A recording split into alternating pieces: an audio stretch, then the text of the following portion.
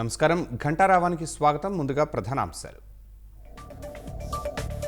వచ్చే 5 ఏళ్లు ఉచిత రేషన్, ముద్ర రుణాల పరిమితి 20 లక్షలకు పెంపు, ప్రజలను ఆకట్టుకునేలా 14 అంశాలతో భాజపా మేనిఫెస్టో.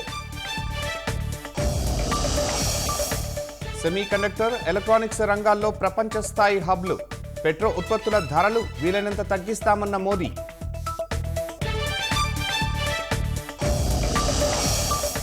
తాడేపల్లి డైరెక్షన్లో జగన్పై దాడి జరిగిందన్న తెలుగుదేశం, ఒకే రాయి 3 చోట్ల గాయం చేసిందంటూ ఎద్దేవా.